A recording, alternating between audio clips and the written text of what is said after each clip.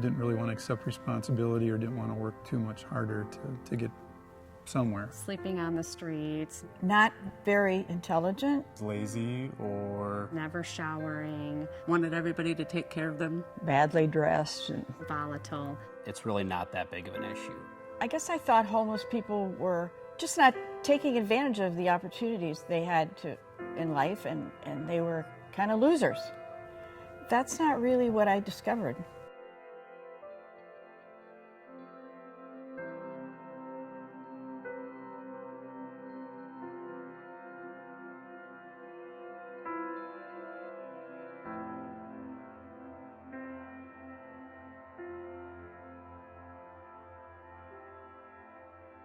Growing up in northeast Wisconsin, never really saw homelessness, and so I didn't know what to characterize homelessness by other than what stereotypes are in, I guess, national media and things of that nature.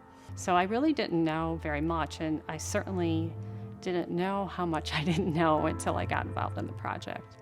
I guess I didn't think we had much of a problem here and thought that it was the odd one or two people, but it wasn't really an issue. I'm probably falling in the group of people who assumed that there weren't many in the first place. talking to so many different people in so many different situations really put a face to the issue. The youngest person I interviewed was 18 or 19, and then I interviewed probably somebody in their 60s. It was a big eye-opener to me that they just aren't lazy people that want a handout.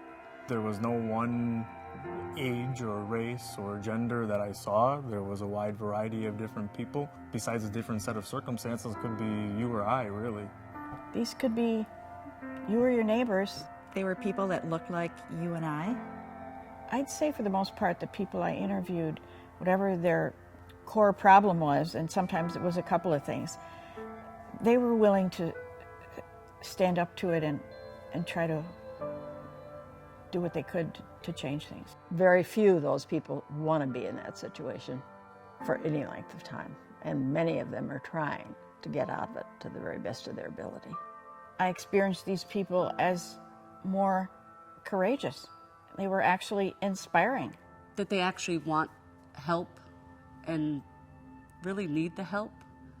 They just don't know where to go, what to do. But they were determined, especially if they had kids, that they wanted to make sure their kids had a place to stay. So one of the things that, being a new dad and then having somebody that feels like they failed at fatherhood, it's really tough. So to put yourself in their shoes and feel like a failure, and they're talking with me about it right there. Because I tried to put myself in their shoes and it was really scary. It was an overwhelming interview, let's put it that way. It's something I guess none of us can really imagine what it's like. I don't know what the root cause is, but I know that one consistent thing for all the people I interviewed was a problem with transportation. Their case, a lot of times, is just affordable housing. At least 3 of them had mental illness. Most of them had left home for one reason or another when they were 17 or 18. I saw a number of issues, and it's really hard to point to one problem that is causing the issue here in the Valley. So what's the answer? How do we solve this? Wow, that's the million-dollar question, isn't it? Wow, that's a big question.